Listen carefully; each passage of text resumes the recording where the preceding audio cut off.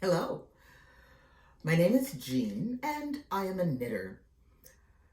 I am currently a knitter going through major life changes and I am struggling to knit something because knitting does make me happy. And of course, when things are bad, you need things that make you feel good so that the bad stuff isn't as bad.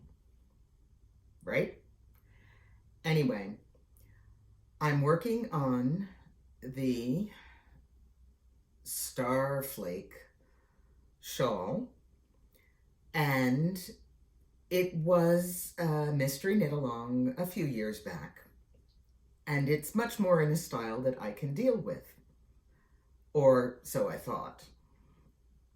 I got done with section 2 and I was ready to start section 3, and a little voice said, you really ought to put in a lifeline. But then the little voice said, no, you are a competent and capable knitter. You do not need a lifeline. And I started off on the brioche section. I have done entire sweaters in brioche. I should have not had that much of a problem, but stress does things to you. I got to a certain point and I looked at what I was knitting and I said, I am not only making mistakes, I am repeating the mistakes because I haven't gotten it right, so I cannot move forward correctly. And there are certain areas of this shawl that are looking like a oops. So I had to rip out. Well, if I had put in a lifeline, it would have been no big deal. But I hadn't.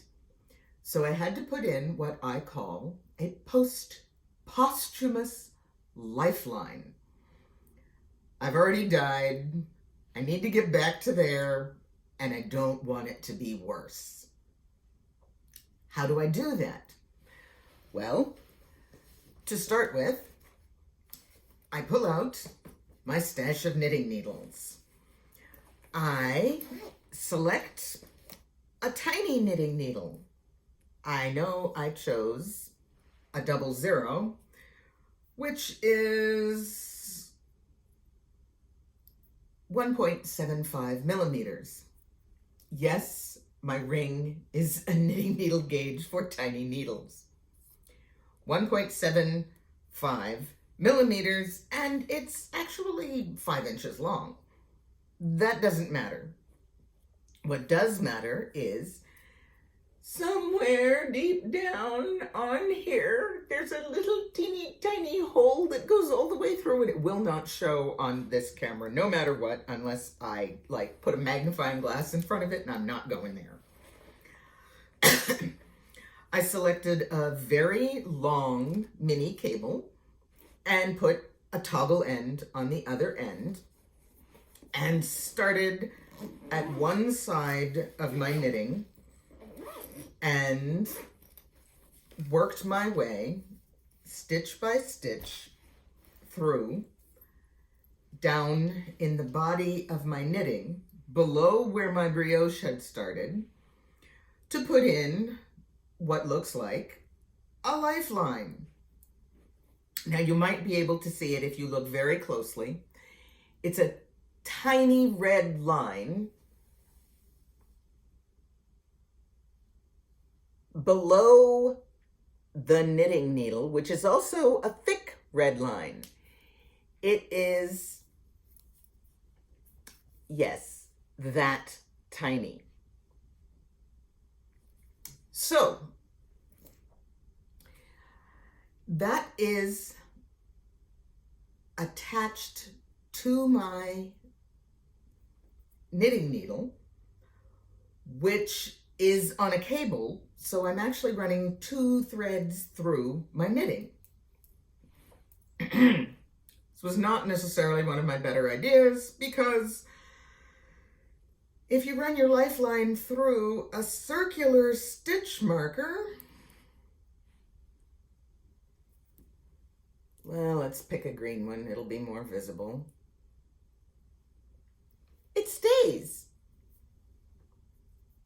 My my lifeline is attached to my cable needle. Not my cable needle. My lifeline is attached to my stitch marker, stuck inside my knitting. This is not permanent. When I remove the lifeline, the stitch markers will fall away. They are not knitted into the knitting, nor is the lifeline actually knitted into the knitting in a way where it is part of the loop of the stitch. It simply goes through the stitch the way the needle goes through the stitch. Well, when you get to the end, you don't want to lose it, so you tie one end of the lifeline to a stitch marker, you tie the other end of the lifeline to a stitch marker, and you just let them dangle. They'll be fine.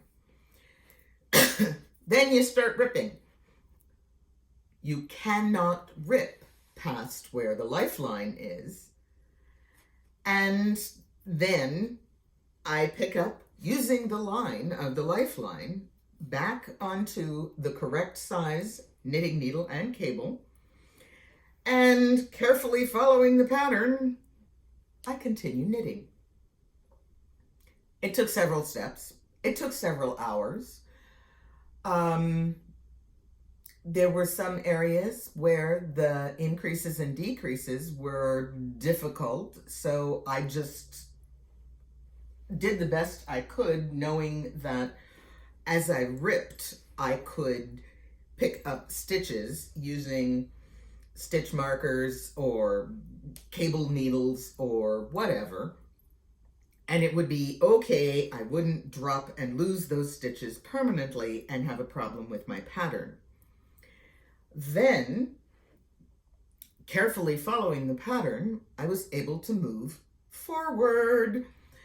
Forward is good. Forward is very good. Forward correctly is even better.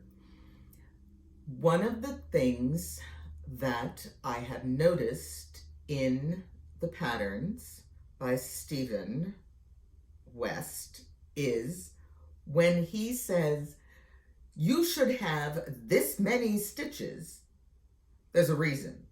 A lot of times he doesn't bother to count, as in knit doing this all the way up to that marker. And then when you get to the marker, do something. But there's no count for how many stitches you have to do to get to the marker. If you've been doing it right and you started with the correct number of stitches, you should be just fine. After you've worked a while, he'll tell you, okay, now at this point you should have this many stitches. That's when you need to pay attention, because it means that if you have the wrong number of stitches, when you try to complete a pattern repeat, it's not going to come out right. Now, if you know that you are short 1 or 2 stitches, in the middle of completing that pattern repeat, you can make one left, make one right. You can create that stitch and you'll be fine, as long as somewhere in the middle of that, you do have the right number of stitches. But if you don't know how many stitches you really needed to create, you blew it. You should have counted, you should have paid attention, and now you're going to have some problems. So I very carefully counted and marked and knew that at this point in this area, I have to increase 1 stitch as I go along. And over here, I need to increase 1 stitch as I go along, etc., etc. Well, that makes a big difference because, oh dear, I've got a mistake and I can't find it right now because I'm talking to you. So I'm going to go backwards. I'm going to put my protectors on so I don't accidentally drop a stitch. And then I'll come back and deal with it because it's not that far along into the row that it's a disaster. And what happens, nope, that's not what I did. There are times when, if you have a yarn over and a stitch marker, the yarn over will move to the other side of the stitch marker, and then you think you have a stitch marker and then a yarn over, when all you need to do is move the stitch marker and you'll have your yarn over and then your stitch marker. I don't know if that made sense to you, but it certainly does make sense to me, and it's something that I'm seeing quite frequently in this pattern because it's brioche and there are yarn overs every other stitch. And there are many times when there is a stitch marker, a yarn over, and then another stitch marker. And if you aren't paying attention, what you get is a yarn over, a stitch marker, a stitch marker. And you're going, wait, I did something wrong. No, move the stitch marker over. So, when the little voice tells you you need to put in a lifeline, put in a lifeline. When you are using the thread it through the hole on your knitting needle to put in your lifeline, remember to not use circular stitch markers, but use stitch markers that open and shut. Meaning, this kind of stitch marker will cause a problem.